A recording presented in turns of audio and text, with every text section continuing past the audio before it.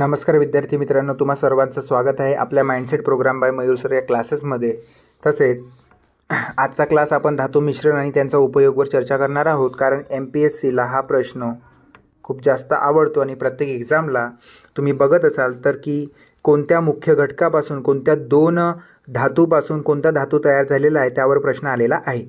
तर चला आपण वेळ न करता आपण क्लासला सुरुवात करूया आणि महत्त्वाचे पॉईंट शिकूया। बघा, ब्रॉन्झ हे मिश्र धातू आहे, तांबे आणि टीनपासून सुरुवात झालेली आहे। ठीक आहे, तांबे आणि टीनपासून आणि मजबूत जंग प्रतिरोधक शिल्पकला नाणी वाद्य यासाठी असतो। त्यानंतर पितळला ब्रास म्हणतात। तांबे आणि झिंकपासून मिश्रण करून हे धातू तयार झालेला आहे। पिवळसर सजावटीसाठी नळ वाद्य नाणीसाठी काम करतात। त्यानंतर निकेल सिल्वर, जर्मन सिल्वर म्हणतात।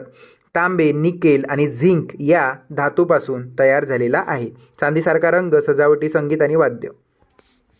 स्टील तयार झालेला आहे। लोह कार्बन, मजबूत बांधकाम, साधन, वाहनकरिता। स्टेनलेस स्टील तयार झालेला आहे। लोह क्रोमियम निकेल, Fe लोह क्रोमियम निकेल जंग प्रतिरोधक आणि उपकरण औद्योगिक उपकरणासंदर्भात आहे। त्यानंतर कास्ट आयर्न लोह आणि कार्बनपासून तयार झालेला आहे। सोल्डर तांबे, टीन आणि लीडपासून तयार झालेला आहे। ॲल्युमिनियम, ब्रॉन्झ, तांबे, ॲल्युमिनियमपासून तयार झालेला आहे।